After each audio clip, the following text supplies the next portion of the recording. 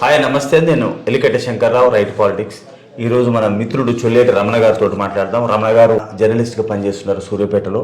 ఒక విచిత్రమైన కేసు, జర్నలిస్ట్గా ఆయన విధులు ఆయన నిర్వహించుకోవడానికి పోతే 354 సెక్షన్ కింద కేసు పెట్టి ఆయన సతాయిస్తున్నారు. తర్వాత పోలీసులు ఆయన ఇచ్చినటువంటి కంప్లైంట్కి సంబంధించిన కాగితాలు కూడా మాయం చేశారు. ఇది ఎవరికి చెప్పుకోవాలో తెలియని పరిస్థితుల్లో మిత్రుడు నాతో షేర్ చేసుకున్నప్పుడు నేనే అన్నా, మిత్రమా ఒకసారి మాట్లాడుకున్నా రమ్మని. రమణ గారు నమస్తే. నమస్తే అన్న. ఏంది మీ కేసు విచిత్రంగా ఉన్నది. ఇప్పుడు సూర్యాపేట మండలం జాజిరెడ్డిగూడెం మంత్రి మండలం, సొంత మండలం. ఇంతకుముందు అరవపల్లి అని కూడా అంటారు కదా, అరవపల్లి మండలం జాజిరెడ్డిగూడెం, 2 పేర్లు ఉన్నాయి. ఇంతకుముందు మంత్రి జగదీష్ రెడ్డిది కూడా సొంత మండలం, ఇంతకుముందు మండలం ఆయనది కదా. ఇప్పుడు జాజిరెడ్డిగూడెం నుంచి నాగారం మండలం ఏర్పడ్డది. జగదీశ్వర రెడ్డి సొంత ఊరు ఇప్పుడు నాగారం. ఇప్పుడు తుంగతుర్తి కాన్స్టిట్యున్సీలో ఉన్నది. మీ సొంత ఊరు జాజిరెడ్డి, అంతే కదా. అవునన్నా. ఇప్పుడు జాజిరెడ్డిగూడెంలో మీ కేసు మొదటి నుంచి ప్రారంభమైంది అంటే, మీ సొంత ఊర్లో మీరు గ్రామ పంచాయతీ మీటింగ్ అవుతున్నప్పుడు పోయింది యాజ్ ఎ రిపోర్టర్గా, విలేజ్ ఒక ఓటర్గా, సివిలియన్గా కూడా మీరు, పౌరునిగా కూడా పోయారు. ఆ రోజు ఏం జరిగింది అక్కడ? ఆ రోజన్నా అది అక్టోబర్ నెల 5వ తారీఖు 2019 సంవత్సరం గ్రామసభ. ఈ 30 రోజుల పని కార్యక్రమంలో చివరి రోజు గ్రామసభ జరుగుతుంటే నేను ఆ గ్రామసభకు పోయినా. అంతకుముందు మొదటి రోజు కూడా పోయినా, ఆ తర్వాత కూడా పోయినా. ఆ రోజు నా మీద దాడి జరిగిన రోజు నేను గ్రామసభకు పోయి గ్రామ సమస్యల మీద, అంటే మీరు ఏమడిగారు అక్కడ మా ఊర్లో లైబ్రరీ ఒకటి ఒక 6 లక్షలు వచ్చినాయి కన్స్ట్రక్షన్, దాన్ని చేయాలని నేను ఆల్రెడీ కలెక్టర్కి అప్పటికి 2 సార్లు పిటిషన్ ఇచ్చిన. ఆ తర్వాత ఒకటి మా ఊరు నుంచి హైవే పోతుంది, ఒక అండర్ పాస్ నిర్మాణం చేయాలి, అది చేస్తే యాక్సిడెంట్లు కావు, పశువుల గ్రామ సౌకర్యాల అభివృద్ధి గురించి, మా గ్రామ సమస్యల మీద వాటి మీద మాట్లాడినా. అంతకుముందు అక్కడ టిఆర్ఎస్ పార్టీకి సంబంధించిన వ్యక్తి సర్పంచ్, ప్రధానంగా మా గ్రామంలో లేడీ సర్పంచ్, లేడీ పేరుకు లేడీ సర్పంచ్, పెత్తనం అంతా భర్తది అంటే ఇప్పుడు రిజర్వేషన్ లేడీ అయినప్పుడు కార్యాలయంలో పెట్టి భర్త. అన్నిటికంటే ముఖ్యంగా ఏంటంటే మా గ్రామంలో బీఆర్ఎస్ పార్టీ జిల్లా నాయకుడు అని చెప్పుకుంటే ఆయన మురిశెట్టి ఉపేందర్ అనేటటువంటి ఆయన ఉంటాడు. ఈయన అధికారంలో ఏ పార్టీ ఉంటే అందులో కొనసాగడం ఈయన ఆచారం. ఆయన టీడీపీలో ఉన్నాడు, అన్ని పార్టీలు మారిండు. ఆయన పెద్ద వ్యాపారస్తుడు, అధికార పార్టీలో ఉంటాడు. ఆ ఊర్లో ఉన్నటువంటి గౌడ కమ్యూనిటీలో ఒక చిన్న పంగని ఆసరా చేసుకొని ఆయన దాన్ని ఫీడ్ చేసుకుంటూ ఆ ఊర్లో ఆయన రాజకీయ పెత్తనం చేస్తుంటాడు. ఆ ఊర్లో ఎవరు కూడా ఎట్లా ఉంటుందంటే అదంతా కూడా దొరపోకడా. ఆయన ఒక టర్మ్ సర్పంచ్ చేసిండు.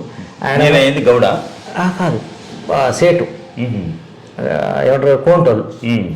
ఆయన అక్కడ సర్పంచ్ చేసిండు. ఆయన స్వభావం ఎట్లుంటుందంటే, ఆయన ముందర ఎవరు తెల్లబట్టలు వేసుకొని తిరగవద్దు, ప్రజలు చైతన్యం కావద్దు, ఎవరు చదువుకోవద్దు, మాట్లాడొద్దు, ఏ కులాలు కూడా ఐక్యంగా ఉండొద్దు. ఫ్యూడల్ మెంటాలిటీ, ఫ్యూడల్ ఆలోచన. ఆయన కింద ఈ వర్గం ఉంటుంది. వీళ్ళు మొన్న ఎలక్షన్స్లో వీళ్ళు గెలిచిరు, 1200 ఓట్లు వచ్చినాయి. మా ఊర్లో మొత్తం 3000 చిల్లర ఓట్లు ఉంటాయి. మేము కూడా ఇండిపెండెంట్గా నేను కూడా ఒక నామినేషన్ వేయించినప్పుడు జాయిరెడ్డి కూడా. సో మొత్తం మీద మీకు వాళ్ళకి మధ్యన రాజకీయ వైరుధ్యాలు ఉన్నాయి. అది అభివృద్ధి మీదనే, పర్సనల్గా ఏం లేవు, అభివృద్ధి మీద. ఇప్పుడు ఈ గ్రామ పంచాయతీ మీరు ఆ రోజు పోయినప్పుడు మిమ్మల్ని దాడి చేయడానికి ప్రధానమైనటువంటి కారణం ఏంటంటే, ఈ మురిశెట్టి ఉపేందర్ అనే వ్యక్తి గ్రామంలో రాజకీయ ఆధిపత్యం కోసం నేను ఆ ఊరు నుంచి రిపోర్టర్ని, ఇంకా ఉన్నారు కానీ వాళ్ళ పనులు వాళ్ళు చేసుకుంటారు, పెద్ద పట్టించుకోరు. నేను ఆ గ్రామం అభివృద్ధి కోసం, మండలం అభివృద్ధి కోసం నేను మాట్లాడుతుంటా, చేస్తుంటా. అయితే ఏంటంటే అక్కడ అప్పుడు కొత్తగా ఏర్పడ్డ జనవరిలో ఎలక్షన్స్ అయినాయి. ఫిబ్రవరిలో ఛార్జ్ తీసుకురు. ఇది అక్టోబర్లో జరిగింది నా మీద దాడి. అయితే ఈ మధ్యకాలంలో ఒక 6 నెలలు గ్రామసభ పెట్టలే. 6 నెలలు గ్రామసభ పెట్టలే. మా ఊర్లో క్వారీలు కూడా నడుస్తాయి, ఇసుక క్వారీలు నడుస్తాయి. ఆ కాంట్రాక్టర్ల దగ్గర నుంచి కొంత డబ్బులు వచ్చినట్టు, లేకుంటే ఆ ఇసుక క్వారీలకు సంబంధించి నియంత్రణ లేకుండా విపరీతమైన దందా నడుస్తుంది అక్కడ గాదర్ కిషోర్ ఆధ్వర్యంలో, మంత్రి గారు ఆధ్వర్యంలో. కాన్స్టిట్యున్సీ ప్రధానమైన ఆర్థిక వనరు బీఆర్ఎస్ పార్టీ. ఇసుక దోపిడీకి 14 క్వారీలు ఉన్నాయి మా దగ్గర. 14 క్వారీలు. TSMDC Telangana mineral development commission కు దానికి కార్పొరేషన్ కు సమాచార హక్కు చట్టం కింద పెట్టి 14 క్వారీలకు సంబంధించినటువంటి డాక్యుమెంట్స్ తీసుకొచ్చి ప్రజలలో పంచిపెట్టింది నేను. ఇగో ఇక్కడ చూడండి, మన అసలు ఇంత దోపిడీ జరుగుతుంది. మూసీకి మా ఊరు 15 కిలోమీటర్ల దూరం ఉంటది. అసలు అది అది అది దాన్ని ఏమంటారంటే మేట, మూసీ నదీ ప్రవాహిక ప్రాంతంలో మేట తీత క్వారీలై. మేట ఎక్కడ తీయాలి, ఎక్కడనైతే రిజర్వాయర్ ఉంటుందో దాని దగ్గర తీయాలి. 15 కిలోమీటర్ల దూరంలో కాదు తీసేది. అది కూడా పెద్ద మోసం. ఇదంతా పెద్ద దోపిడీకి వాళ్ళు దాన్ని వాడుకున్నారు. No ethics no rules. Jagadishwar Reddy గారికైనా ముఖ్యంగా గాదర్ కిషోర్ కి అయితే ఇది మా ఊరు బంగారు బావి. వాళ్ళు 10 ఏళ్ళలో చేసింది ఇసుక దోపిడీ, ప్రజల దోపిడీ కదా. ఈ మురశెట్టి ఉపేందర్ అన్నట్టు ఆయనకు ఆ క్వారీలో ఇటాచి పెద్ద పెద్ద బండ్లు ఉంటాయి కదా, 20-30 లక్షలు పెట్టిన బండ్లు ఉంటాయి కదా, ఆ ఇటాచీలు ఉంటాయి. ఈయన అందులో ఇసుక దోపిడీలో భాగస్వామి. బలంగా క్వారీల కాంట్రాక్టర్లతో డీల్ చేయడము, తర్వాత ప్రజాప్రతినిధులకు డబ్బులు మార్పులు చేర్పులు చేయడం. ఈయన పెద్ద వ్యాపారస్తుడు. ఇట్లా ఈ వర్గాన్ని ఆయన మెయింటైన్ చేసి ఇదంతా చేస్తుంటాడు ఆయన. అక్కడ కూడా ఏంటంటే వీడు చదువుకున్నోడు ఉన్నాడు, ఎడ్యుకేటెడ్ ఉన్నాడు, వీడిని ఒక్కరిని కొట్టిపడి. అయితే నేను చేసింది ఏంటంటే గ్రామ ఎన్నికలు జరిగిన తర్వాత 6 నెలలు గ్రామ సభ పెట్టకుండా యాక్చువల్గా సస్పెండ్ చేయాలి సర్పంచ్ని. మేమేం రిక్వెస్ట్ చేసినామంటే ఏం సస్పెండ్ ఏం చేయొద్దు, కలెక్టర్ పోయి అయ్యా మీరు ఒక్కసారి గ్రామ సభ పెట్టండి అని చెప్పేసి పెట్టాం. అప్పటి నుంచి నన్ను టార్గెట్ చేసి పొలిటికల్ గా మీరు వాళ్ళని ప్రశ్నించడం అనేది వాళ్ళకి ఇష్టం, నచ్చలే. గ్రామాభివృద్ధి మీద ఆ రోజు గ్రామ సభలో మీరు పోయినప్పుడు మీ మీద దాడి చేసిన నేను గ్రామ సభలోకి ఎంటర్ అయ్యాను. నేను అప్పటికే మనకు అక్కడ గ్రామ ప్రజలు ఉన్నారు. వీళ్ళ టిఆర్ఎస్ సంబంధించినటువంటి ఈ ఉపేందర్ సేటు ముఠా వర్గం ఉన్నది. అయితే వాళ్ళు ఆల్రెడీ ప్రిపేర్ అయ్యి ఉన్నారు నా మీద దాడికి. అది నాకు తెలియదు. నేను గ్రామ సభ పోయిన తర్వాత అక్కడ సత్యనారాయణ అని ఏది ఇరిగేషన్ దాంట్లో ఆయన మాకు స్పెషల్ ఆఫీసర్కి వచ్చిండ్రు. మిగతా అందరూ అన్ని డిపార్ట్మెంట్లకు సంబంధించిన వాళ్ళు, ఆశా వర్కర్లు, రెవెన్యూ డిపార్ట్మెంట్ వాళ్ళు అందరూ ఉన్నారు అక్కడ. నేను కూడా పోయినా, అందరితో ప్రజల లెక్క నేను కూడా పోయినా, కూర్చున్నా.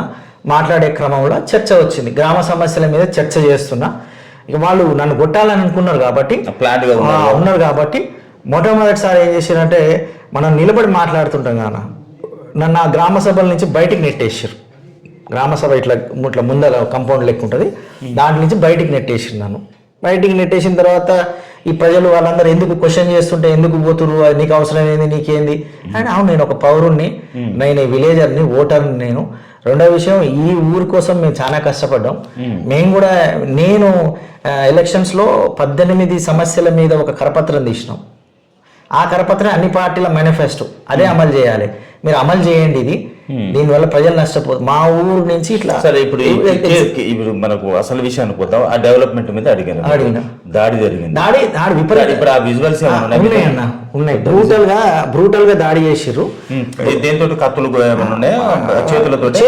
చేతులే. అంత మొత్తం ఒక 10 మంది ఈయన ముఠా ఉంటది. ఉపేందర్ సేట్ సర్పంచ్ వాళ్ళ భర్త, సర్పంచ్ మామ, ఇంకా వీళ్ళ సర్పంచ్ అక్కడ లేడీ కుంభం ముషారాన్ అని ఉంటదన్న. ఇది మొట్టమొదట నా మీద అది జరిగింది. దాడి జరిగినప్పుడు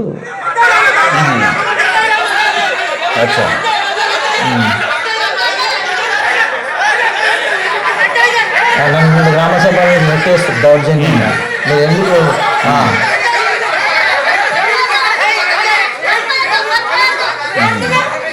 ఇట్లా దాన్ని గ్రామ సభల నుంచి బయటికి పంపించిన తర్వాత నేను బయటికి పోయినాక మళ్ళీ నేను వచ్చి ఆ స్పెషల్ ఆఫీసర్ దగ్గర సార్ ఇదెక్కడి పద్ధతి, ఇదెక్కడి కథ, నన్ను ఎందుకు గ్రామ సభల నుంచి బయటికి పంపిస్తారు, మీ సమక్షంలో ఇట్లా దాడి జరుగుతుందని వచ్చి నేను అడుగుతున్న క్రమంలో సర్పంచ్ నన్ను డైరెక్ట్గా చెంప మీద కొట్టింది. చెంప మీద కొట్టింది సర్పంచ్. Lady sarpanch direct. ఒక్క నిమిషం.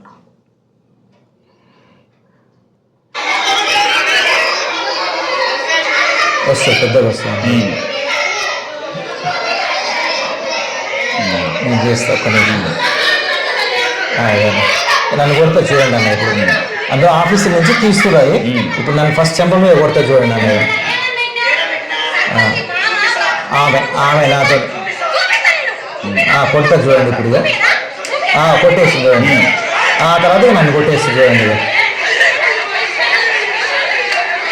ఇట్లా ఇది ఇట్లా దాడి చేసిరన్న నా మీద.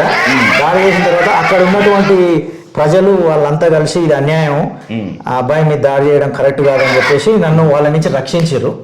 రక్షించిన తర్వాత నేను వెంటనే నా ఎమ్మటి 5 పిల్లలు వచ్చారు, వాళ్ళని తీసుకొని స్టేషన్ పోయి, ఏ police station? Aravapalli police station. మా మండలం జాయిగూడ మండలం అయితే పోలీస్ స్టేషన్ పేరు అరవపల్లి సెంటర్ ఉంటది.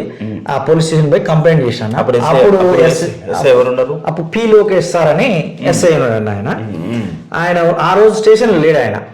నేను గొడవ జరిగిపోయినప్పుడు వరలక్ష్మి మేడం అని ప్రొబేషనరీ ఎస్ఐ ఉంది ఆమె, మన రైటరు కానిస్టేబుల్ అందరు ఉన్నారు. రక్తాలు కారుతున్నాయి అంత నాకు.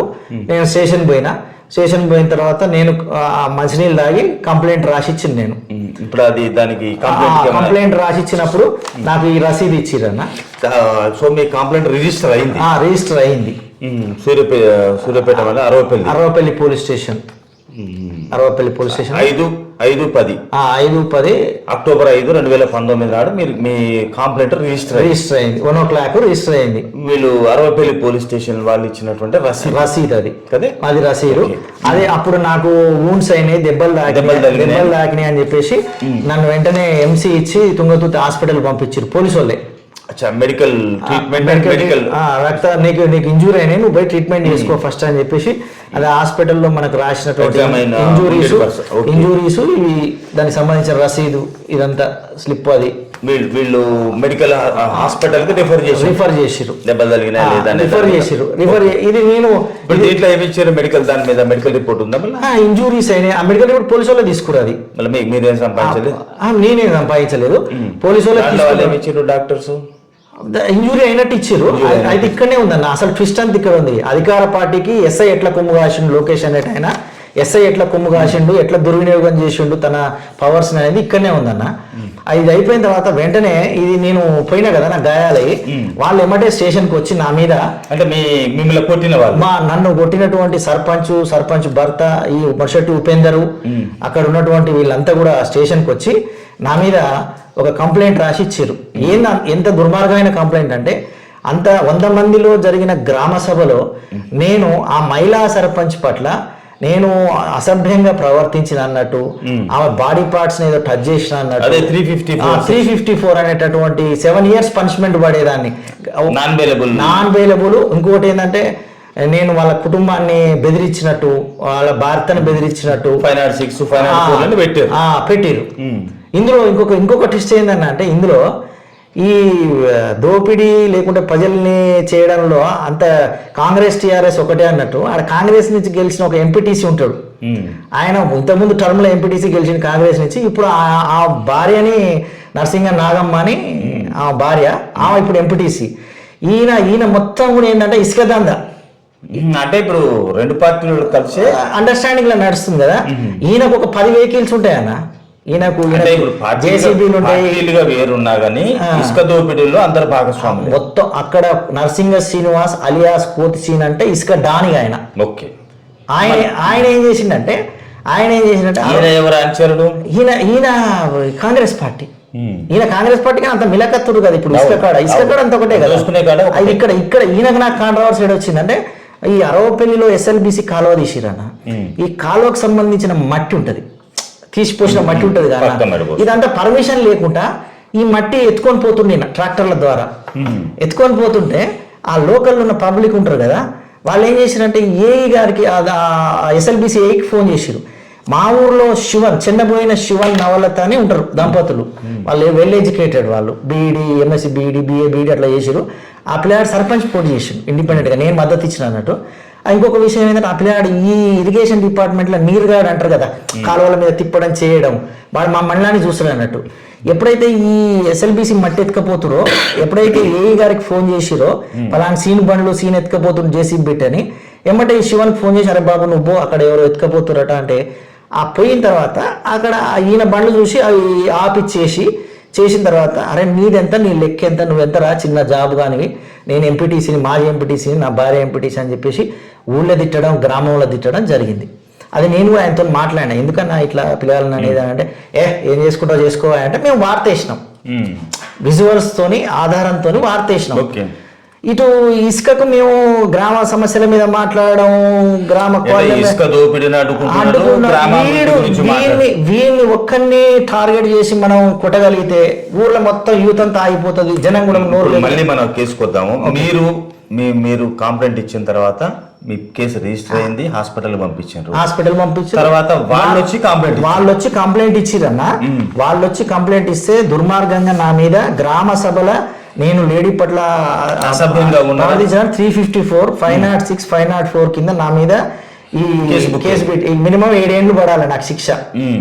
అట్లాంటి కేసులు పెట్టి నన్ను జైలుకి తోలియాలని చెప్పేసి పంపలే. అప్పుడు ఏమైందంటే ఇక్కడ హుజూర్నగర్ బై ఎలక్షన్ నడుస్తుంది, ఎస్ఐ గారు ఆ బిజీలు ఉన్నారు.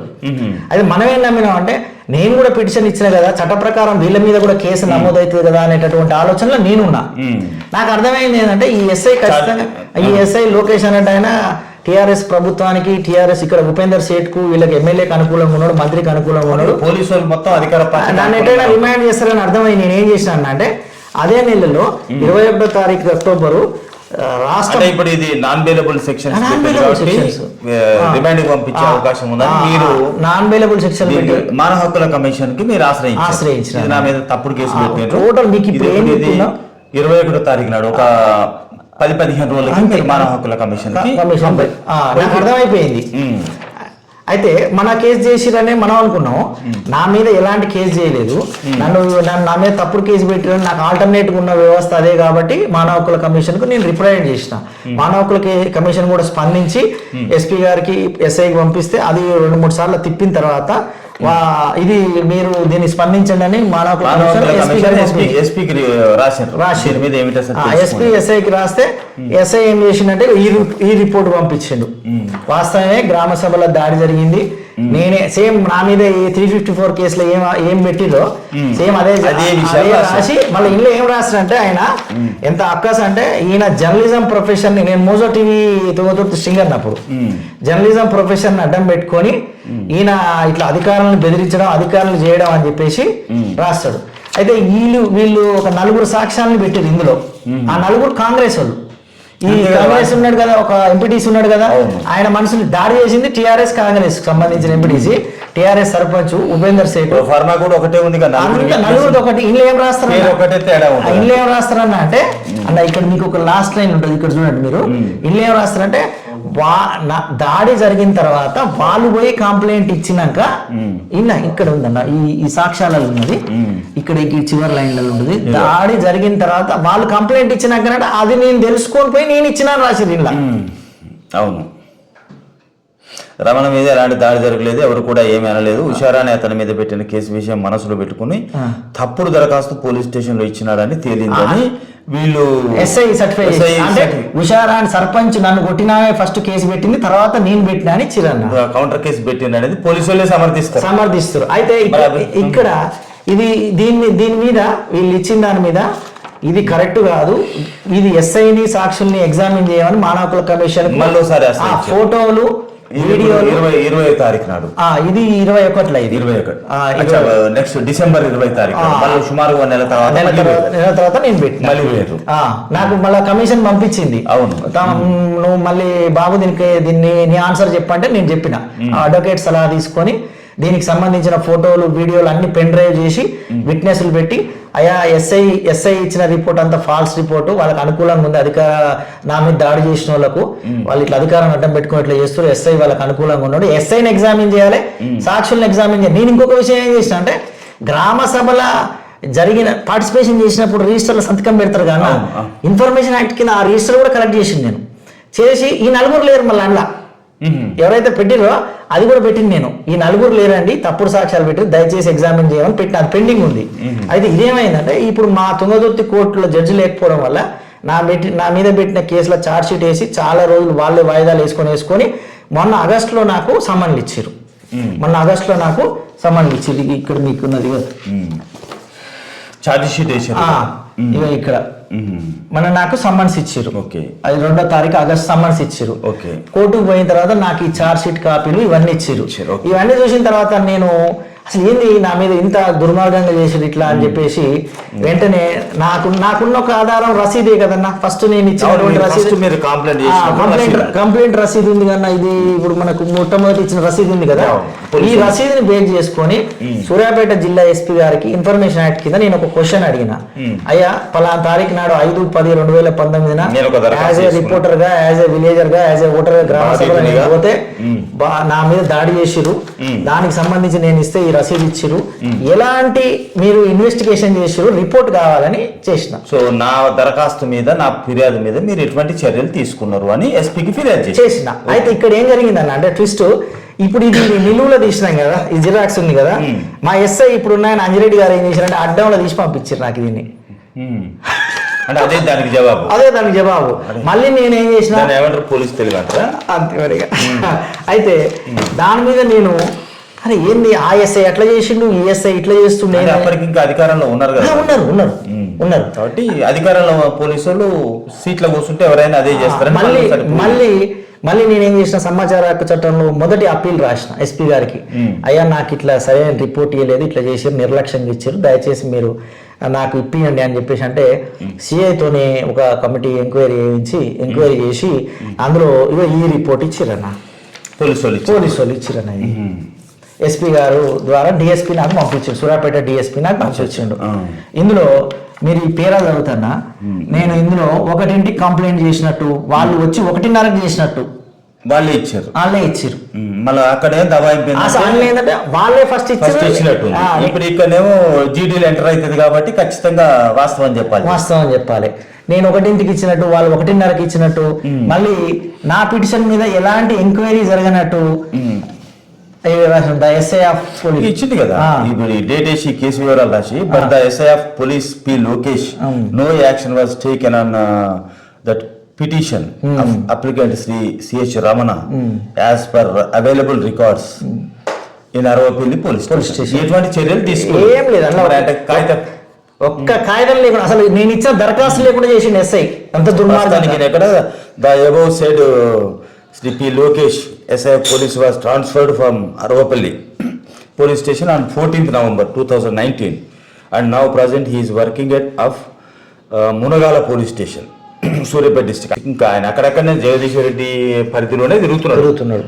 ఈయన వెరీ కాంప్లికేటెడ్ ఉన్నట్టు.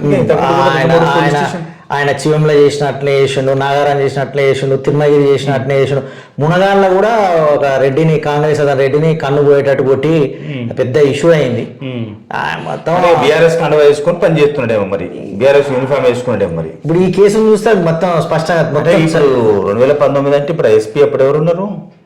తర్వాత కదా రాజేంద్ర ప్రసాద్ తర్వాత సూర్యాపేట జగదీష్ రెడ్డి దగ్గర పనిచేసిన వాళ్ళంతా పింక్ యూనిఫామ్ వేసుకొని పనిచేసారు కదా.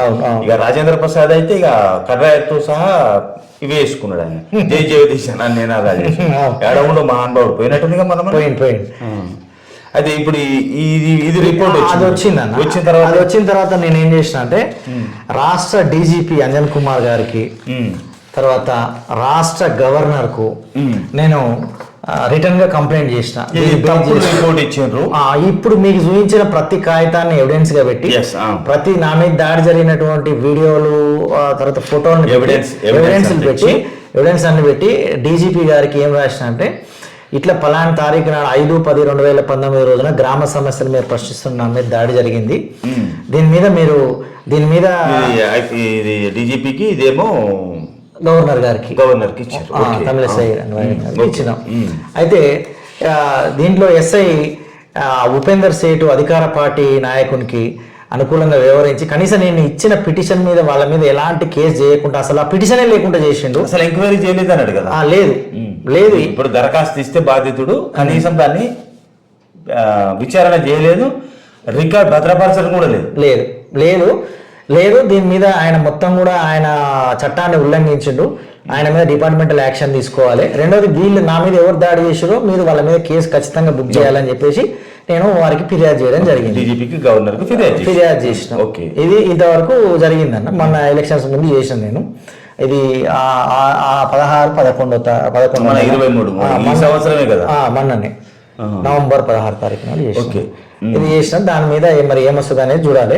అయితే ఇందులో మీరు గమనించాల్సినటువంటి అంశాలు ఏంటంటే, పోలీసు విట్నెస్లలో విట్నెస్లలో ఇది మీ మీద ఇప్పుడు దాడి జరిగిన సంఘటనలో పోలీస్ రిపోర్ట్స్ ఇది మానవ హక్కుల కమిషన్ కు అదే ఎస్ఐ లోకేష్ రాజ్ పంపించినటువంటి రిపోర్ట్ లో ఆయన ఏం చెప్తాడంటే 5/10/2019 రోజు ఉదయం 10 గంటలకు జాజిరెడ్డిగూడెం గ్రామాభివృద్ధి గురించి చర్చించడానికి గ్రామ సభను మా గ్రామ పంచాయతీ దగ్గర ఏర్పాటు చేయలేదని ఒక విట్నెస్ విట్నెస్ చెప్తున్నది. గ్రామ సభ జరిగిందని చెప్పారు. అవును, ఏది మానవ హక్కుల కమిషన్ కు. ఇది చార్జ్ షీట్ లో చూడండి అన్న, మళ్ళా చార్జ్ షీట్ లో ఇప్పుడు ఈయన ఇచ్చింది ఎవరు? డేట్ ఆఫ్ ఎగ్జామినేషన్ స్టేషన్ ఆయన ఇప్పుడు ఇది మహేష్ బాలయ్య ఇచ్చిన ఎస్ఐ రికార్డ్ చేశారు. నలుగురు ఎట్లా ఉంటాయి సేమ్ ఇక డిట్టో. పోలీస్ ఫార్మేట్ ఎట్లుంటది? ప్రొఫార్మాల పేర్లు రాయడమే, కేసు అంతా అదే ఉంటది. పోలీసు వాళ్ళు ఏముంటది, ఇప్పుడు విట్నెస్లు స్వచ్ఛందంగా రాస్తే ఎవరి అభిప్రాయం వాళ్ళు రాస్తారు. పోలీసు వాళ్ళు అనుకున్నది సేకరించారు. అయితే సంతకాలన్న వాళ్ళకి పెట్టించారు, మరి ఎవరైనా పెట్టించి కొంతమంది ఏమంటారంటే మాకు తెలియదు అని చెప్తారు. ఇక మీ సంతకం పెట్టినవా అని చెప్తారు. అయితే ఇక్కడ హుషారాని అతని మీద పెట్టిన కేసు విషయం మనసులో పెట్టుకుని తప్పుడు దరఖాస్తు పోలీస్ స్టేషన్లు. ఇప్పుడు కంప్లైంట్ మీరు ఫస్ట్ ఇచ్చారు, ఎస్పీ గారే చెప్పారు. ఇప్పుడు వాళ్ళు ఇచ్చినటువంటి ఛార్జ్ షీట్ లో కూడా, ఎందుకంటే జీడీలో జనరల్ డైరీలో రికార్డ్ అవుతుంది కాబట్టి అక్కడ తప్పించుకోలేదు. కంప్లైంట్ మీరు ఇచ్చారు ఫస్ట్, మీ తర్వాత వాళ్ళు ఇచ్చారు. ఇక్కడ వీళ్ళు ఇచ్చిన విట్నెస్ లో ఈ నలుగురు దొంగలు, విట్నెస్లు కాదు వీళ్ళు దొంగలు అనాలి. ఈ నలుగురు దొంగలు ఏమి ఇస్తారు? హుషారాని మీద పెట్టిన కేసు విషయంలో మనసులో పెట్టుకొని తప్పుడు దరఖాస్తు పోలీస్ స్టేషన్ లో చేసిందని ఉల్టా మళ్ళీ ఇందులో ఇదే పోలీసు వాళ్ళు గ్రామ సభ జరిగిందనే మానవ హక్కుల కమిషన్ కి రాసిరు. కోర్టుకి ఏమో ఉట్టినే మాట్లాడుకుంటున్నాం, స్పెషల్ ఆఫీసర్ వస్తారు. గ్రామ సభ లేనట్టు మళ్ళీ స్పెషల్ ఆఫీసర్ దగ్గర మాట్లాడుకుంటారని మళ్ళీ నేను పోయి లొల్లి చేసిన అని ఒకటి. ఇంత తప్పుడు తడక ఇప్పుడు పోలీసు వాళ్ళు ఏంటంటే దాని ఒక ఆలోచన చేసుకొని అంటే ఫ్యాక్ట్ అయితేనేమో అంత ఒక తిరుగుంటారు. ఇక అప్పటికప్పుడు తప్పించుకోవాలి అనుకున్నప్పుడు నోటికి వచ్చింది రాస్తారు. ఇటువంటి కోర్టుల్లో నిలబడం. ఇంకొకటి ఏంటంటే ఇప్పుడు యాజ్ ఏ జర్నలిస్ట్గా, యాజ్ ఏ ఒక విలేజర్గా, ఒక పౌరునిగా నేను ఏంటంటే బలవంతులం కాదు, బలహీనం, ఆర్థికంగా బలహీనం, రాజకీయంగా బలహీనం, అన్నింటిలో బలహీనం. విలేకరి అంటేనేమో ఈ విలేకరి అనేటటువంటి ఎంత అక్కస్ అంటే ఆయన చెప్తాడు, ఇందులోనే చెప్తాడన్న. ఈ మన స్టేట్ ఇది మన స్టేట్ కమిషన్, ఉమెన్ రైట్స్ కమిషన్కి ఇచ్చిన దాంట్లో లాస్ట్ లైన్లో ఆయన ఎంత దుర్మార్గంగా అంటే it's a fact. Human rights కు ఎవరు ఇచ్చారు? ఎస్ఐ సబ్ ఇన్స్పెక్టర్ అప్పుడు ఎస్ఐ ఇచ్చినటువంటి రిపోర్ట్ లో ఎస్ఐ ఇచ్చిన రిపోర్ట్ లో it is fact that the petitioner is a litigant person taking the advantage of the profession, that is reporter. He used to make false allegations on officials and other to suffer them. ఈయనెవరు దీన్ని certify చేస్తారు? ఈయనెవరు? ఇప్పుడు ఆయన falls మీ మీద ఏమైనా ఇంతకుముందు కేసులు ఏం లేవు, నా మీద ఇంతకుముందు ఏమైనా బ్లాక్ మెయిల్ చేసారా? అసలు రిపోర్టర్ గా నా మీద ఎలాంటి కేసులు లేవు. మరి ఈయనెవరు? ఒక ప్రొఫెషన్ అంటే పోలీసు వాళ్ళంతా దొంగలని మనం అంటే వాళ్ళకి బాగుంటుంది. లోకేష్ ఇట్లా చేసిండు కాబట్టి లోకేష్ ఎస్ఐ తప్పుడు రిపోర్ట్ మనం తప్పుడే. కానీ ఆ డిపార్ట్మెంట్ లో బుద్ధిగా పనిచేసేటోళ్ళు, ప్రజల పక్షాన పనిచేసేటోళ్ళు కూడా ఉంటారు. అట్లుంటేనే ఆ రిపోర్ట్ వచ్చింది. ప్రొఫెషన్ అడ్డం పెట్టుకున్నట్టే ఇప్పుడు చాలా మంది పోలీసుల మీద కేసులు అయ్యి దొంగలయ్యి జైలుకు పోయిన పోలీసులు కూడా ఉన్నారు కదా. తీవ్ర నేరాలు చేసి ప్రొఫెషన్ అడ్డం పెట్టుకుని పోయినాను. మనం ఎట్లా అంటే ఒక దొంగ ఉంటే ఎలకలు ఉన్నాయని మొత్తం కూర్చొని అంటే వీళ్ళు ఏం చేస్తున్నారు అంటే ఇప్పుడు ప్రొఫెషన్ ఎట్లా అంటే టోటల్ హిస్టరీలో ఎస్ఐ తన విధుల్ని దుర్వినియోగం చేసి అధికార పార్టీకి అనుకూలంగా వివరించి జగదీష్ రెడ్డికి, గాదర్ కిషోర్ కు, ఈ ఉపేందర్ సేఠ్ కు, టిఆర్ఎస్ పార్టీకి. ఇప్పుడు జగదీష్ రెడ్డి సూర్యాపేట జిల్లాలో మంత్రిగా ఉన్నప్పుడు, ఇప్పుడు మాజీ మంత్రి, ఆయన మాజీ ఎమ్మెల్యే గాదర్ కిషోర్ వీళ్ళు ఉన్నప్పుడు అక్కడ కూడా కొంతమంది రిపోర్టర్స్ వాళ్ళకి సహకరించారు. రిపోర్టర్స్ లో కూడా సగం మంది దొంగలు ఉన్నారు కదా. మరి వాళ్ళందరూ ప్రొఫెషన్ మొత్తం దొంగగారు ఎట్లా అంటాం? అవును కదా. అది దీన్ని మొత్తం ఒక మ్యానిపులేట్ చేసి ఇటు మానవ హక్కుల కమిషన్ తప్పుగా ఎక్స్ట్రీమ్ గా తన లిమిట్స్ ఉన్న కేసు స్టడీ చేసుకొని కేసు మీద ఎంక్వైరీ చేసి కేసు మీద ఏమున్నాయో చెప్పకుండా ఎదుటి వ్యక్తి క్యారెక్టర్ ని లేకపోతే ప్రొఫెషన్ అసాసినేట్ చేసే ప్రయత్నం చేయడం అనేది దుర్మార్గం. అసలు మొత్తం ఎగ్జామిన్ కూడా ఆయన మొత్తం అనుకూలంగా టిఆర్ఎస్ పార్టీ కడవ కప్పుకున్నట్టే చేసింది.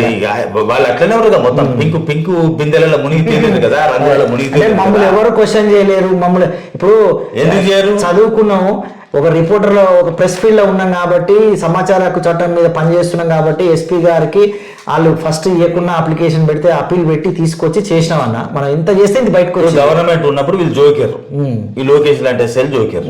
ఇప్పుడు ఆ గవర్నమెంట్ పోయింది, మాజీలు అయ్యారు.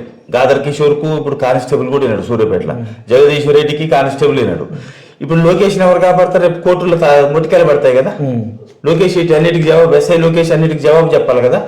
కాకపోతే సోయి ఉండదు కొంతమందికి ఇటువంటి వాళ్ళు. అయితే ఇది నేను ఏదైతే డీజీపీ గారికి గవర్నర్ గారికి పెట్టినో, ఈ డీజీపీ గారికి గవర్నర్ గారికి పెట్టినటువంటి కాపీలు, ఎస్పీ గారు ఇచ్చినటువంటి ఈ రిపోర్ట్ ని మీడియా గ్రూపులలో, వాట్సాప్లో, సోషల్ మీడియాలో విపరీతంగా వైరల్ చేసిన. ఇగో ఇది నాకు అన్యాయం జరిగింది, యాజ్ జర్నలిస్ట్గా, యాజ్ పౌరునిగా ఇట్లా నా మీద తప్పుడు కేసు పెట్టారు. అది కూడా మళ్ళీ 354.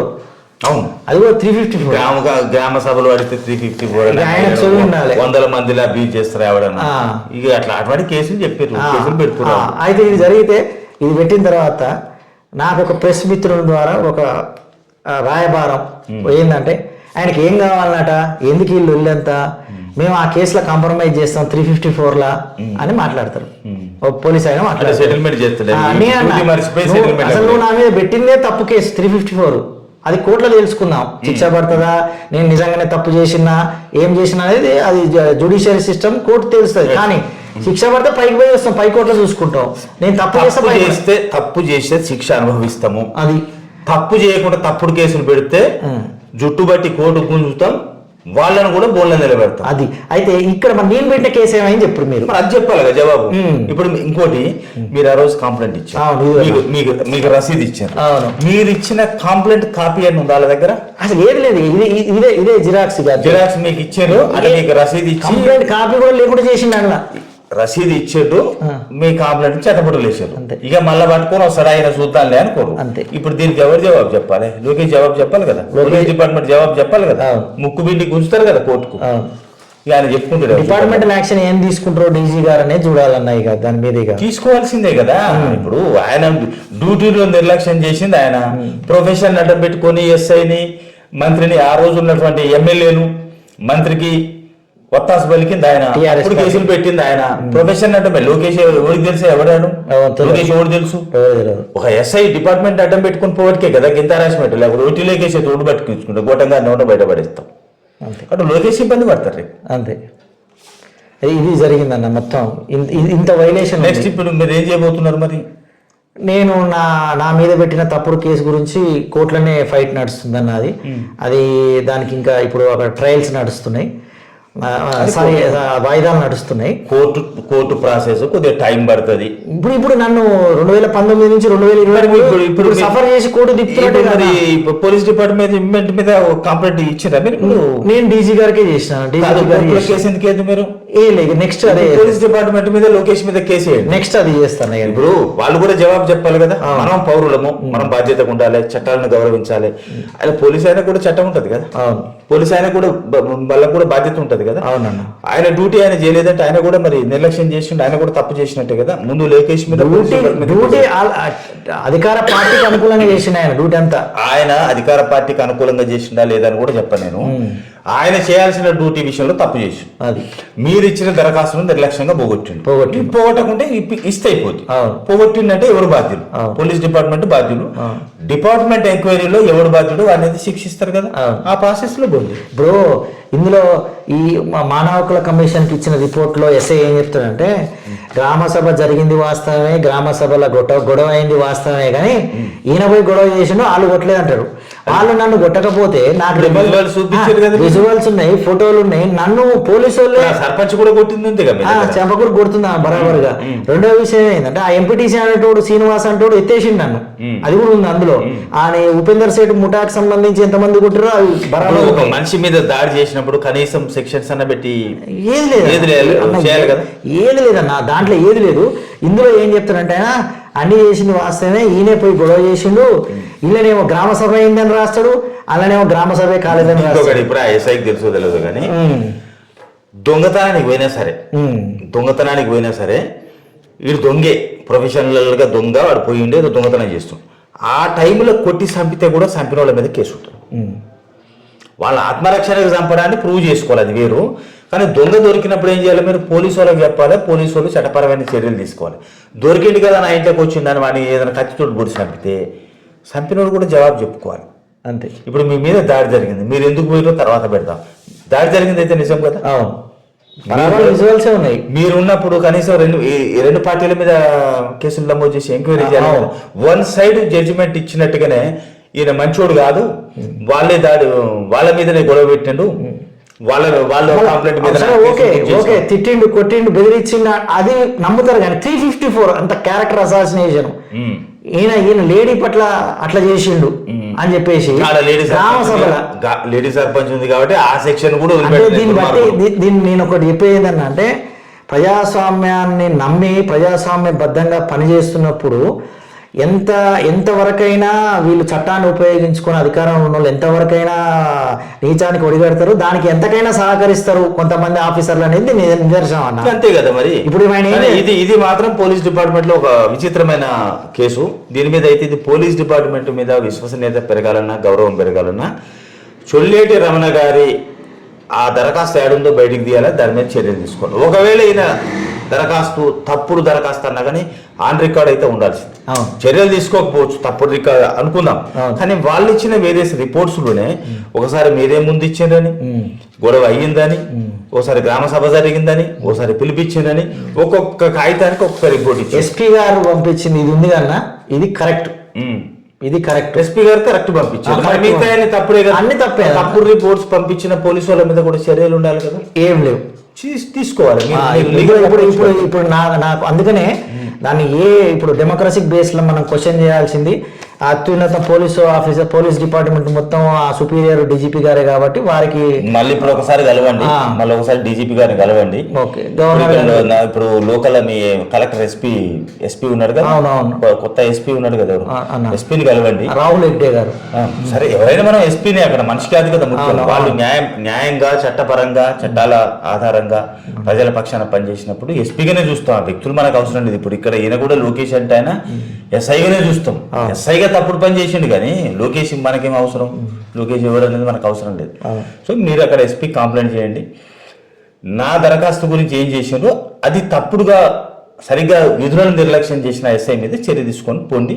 మరి ఏమైనా అడ్వకేట్ సలహా తీసుకొని ఏమైనా రిట్ పిటిషన్ వేయడానికి అవకాశం ఉంటుంది, కొట్టుకుపోండి. ఎందుకంటే నన్ను 2019 దాడి చేసి విపరీతంగా సఫర్ చేసి నా కుటుంబాన్ని నన్ను సఫర్ చేసి తర్వాత ఇప్పుడు 2023 వరకు ఇంకొక సంవత్సరం 2 సంవత్సరాలు నడుస్తుంది ఆ కేసు. అంటే నన్ను ఒక 5-6-7 ఏళ్ళు కోర్టు చుట్టూ తిప్పే కార్యక్రమం. సమాజం కోసం కష్టపడుతోళ్ళ మీద కొట్లాడుతోళ్ళ మీద కేసులు ఉంటాయి. నా మీద కూడా ఇప్పుడు మంత్రి జగదీశ్వర్ రెడ్డి, అప్పటి మంత్రి జగదీశ్వర్ రెడ్డి కేసు పెట్టించుండు. ఇదే గాదర్ కిషోర్ ఎంకరేజ్ పెట్టించి ఆయన గ్యాంగ్ లోకంతో నా మీద కంప్లైంట్ చేయించాడు. ఏమైతే ఏమైనా ఉరిశిక్షలు పడతాయా? ఒకవేళ ప్రజల కోసం కొట్లాడుకున్న ఉరిశిక్షలు పడితే సంతోషమే, అంతే. ఇప్పుడు దొంగలు వాళ్ళు కదా, ఇసుక క్వారీలు, వాళ్ళ మీద ఎంక్వైరీలు అయితే ఇప్పుడు కేసులు ఏమో మళ్ళీ. ఇప్పుడు జగదీశ్వర్ రెడ్డి మీద నేనే కేసు వేసుకున్నాను. ఆయన సంపాదన ఏంది, ఆయన కథ ఏంది, ఆయన జవాబు చెప్పుకోవాల్సి ఉంటుంది. గాదర్ కిషోర్ చెప్పుకోవాల్సి ఉంటుంది. నేను కూడా గ్రౌండ్ తయారు చేస్తున్నా. ఎప్పుడు ఒకటి తిరిగి ఉండదు కదా, చీకటి వెలుగులు వస్తుంటాయి. ఇప్పుడు మనం ప్రజల పక్షాలు ఉన్నప్పుడు ఉంటుంది, బ్రోకర్లుగా తయారైనప్పుడు వాళ్ళ ఇసుకలో మనకు 2 తట్టలు మిగిలేదేమో కదా. మన ప్రజల పక్షాలు అనుకున్నాం కాబట్టి కేసులు ఉంటాయి, ఏం లేదు. అది పబ్లిక్ ఇచ్చే హానర్గానే మనం చూడాలి. 1-2 ఇట్లా ఉన్నప్పుడు వ్యవస్థను బాగుపడుతుంది కదా, తప్పేం లేదు, కష్టం భరించాల్సిందే మనం. దీని మీద నా ఫైనల్గా మీకు విన్నవించే ఏంటన్నా అంటే పెద్దలకు, ఇప్పుడు ఇక్కడ ఇది జరిగింది, ఈయన జర్నలిస్టులని క్యారెక్టర్ అసాసినేషన్ చేస్తాడు. ఈయన సామాన్యుల పట్ల లోకేష్ సామాన్యుల పట్ల ఈయన తన చట్టాన్ని, తన అధికారాన్ని దుర్వినియోగం చేసి కేసుల పాలు చేసి కోర్టుల చుట్టూ తిప్పుతాడు. అంటే ఇప్పుడు దాడి జరిగింది, చంపినా అంతే కదా, ఏదైనా అంతే. అది చంపినా రేపు పరిస్థితి అదే కదా. మనకు నోరు ఉంది కాబట్టి, తెలివి ఉంది కాబట్టి క్వశ్చన్ చేసినాం, కానీ చంపినా అంతే ఇక రేపు జరిగేది అది. దయచేసి ఏంటంటే ఉన్నతాధికారులు, జిల్లా ఎస్పీ ఉన్నతాధికారులు ఇట్లాంటి ఆఫీసర్లు చేసినటువంటి వాటిని తరువుగా దాన్ని పరిశీలన చేసి ఇట్లాంటి వాళ్ళ మీద ఖచ్చితంగా కఠిన చర్యలు తీసుకోవాలని నేను డిమాండ్ చేస్తున్నాను. దీని మీద ఇప్పుడు డీజీ గారి నుంచి ఏం సమాధానం వస్తుంది, మళ్ళీ మీ సలహా మేరకు ఎస్పీ గారికి కూడా కంప్లైంట్ చేస్తా. రేపు టెల్లుండే చేసిన తర్వాత వారు ఏం చేస్తారో చూసి దాని మీద నేను లీగల్గా చట్టపరంగా పోరాడాల్లో తప్పులేదు. మనకున్న అవకాశాలను మనం ఖచ్చితంగా పోరాడాల్సిందే. పోలీసు వాళ్ళైనా కేసు పెట్టాల్సిందే, వదిలిపెట్టాల్సిన పని. ఇంకొకటి ఏంటంటే ఇది నేను గట్టిగా చేస్తున్నా కాబట్టి నన్ను ఏమన్నా తీవ్రంగా నన్ను నా కుటుంబానికి ఏది జరిగినా కానీ బీఆర్ఎస్ పార్టీ నాయకుడు మొర్షెట్ ఉపేందర్ ఆయన బాగా డబ్బులున్న వ్యాపారస్తుడు, కోటీశ్వరుడు అన్నట్టు, ఆయన ఏదైనా చేయగలుగుతాడు. రెండోది ఏంటంటే ఈ అట్లా డబ్బులున్నాయని మిడిసిపడి అహంకారం పోయిన వాళ్ళు మట్టి కరిచారు. లోకేష్ కారణం, మొర్షెట్ ఉపేందర్, పి లోకేష్ ఎస్ఐ గారే నాకు ఏది జరిగినా నాకు ఈగ వాళ్ళ నా మీద వీళ్ళిద్దరే కారణం అని తమ ద్వారా నేను ప్రజలకు తెలియజేస్తున్నాను. ఓకే, చొల్లేటి రమణ గారి బాధ విన్నాం. ఆయన మీద పెట్టినటువంటి కేసు, ఆ వివరాలన్నీ మనం కూలంకషంగా చెప్పారు. పోలీస్ డిపార్ట్మెంటు ఈ విషయంలో పోలీస్ డిపార్ట్మెంట్ మీద గౌరవం కలిగేటట్టుగా పారదర్శకంగా విచారణ చేయాల్సి ఉంది. గతంలో పనిచేసినటువంటి పోలీస్ అధికారుల అశ్రద్ధ లేకపోతే నిర్లక్ష్యము, పక్షపాతపూరితంగా చేసినటువంటి వివక్షపూరితంగా చేసినటువంటి కేసుల విషయంలో విచారణ చేయాల్సిన అవసరం కూడా ఉంది. ఇప్పటి ప్రభుత్వము రేవంత్ రెడ్డి ప్రభుత్వానికి లేదా ఇప్పుడు నల్గొండ జిల్లాలో మంత్రులు కోమటిరెడ్డి వెంకటరెడ్డి గారికి, ఉత్తమ్ కుమార్ రెడ్డి గారికి కూడా ఇది చూస్తారని నేను ఆశిస్తున్నా. ఇటువంటి పోలీసులను ఎంకరేజ్ చేయకండి, ప్రజల పక్షాన పనిచేసే వాళ్ళను ఉంచండి. ఇప్పుడు మళ్ళీ ఏదో లైన్లు కడుతున్నారని తెలిసింది, రంగులు మార్చి అమ్మటి చీరతలు మార్చి మళ్ళీ లైన్లు కడతారు. అయ్యా దయచేసి కొత్త విలువలు ఉన్న వాళ్ళకు మంచి పోస్టింగ్ ఏంటి, పబ్లిక్ విషయాలు ఏమైనా వాళ్ళకి ఏమైనా న్యాయం చేయగలుగుతారు. లోకేష్ లాంటి వాళ్ళని కాస్త కనిపెట్టండి. ఇది విన్నవించేది. రమణ గారు, థ్యాంక్ యూ.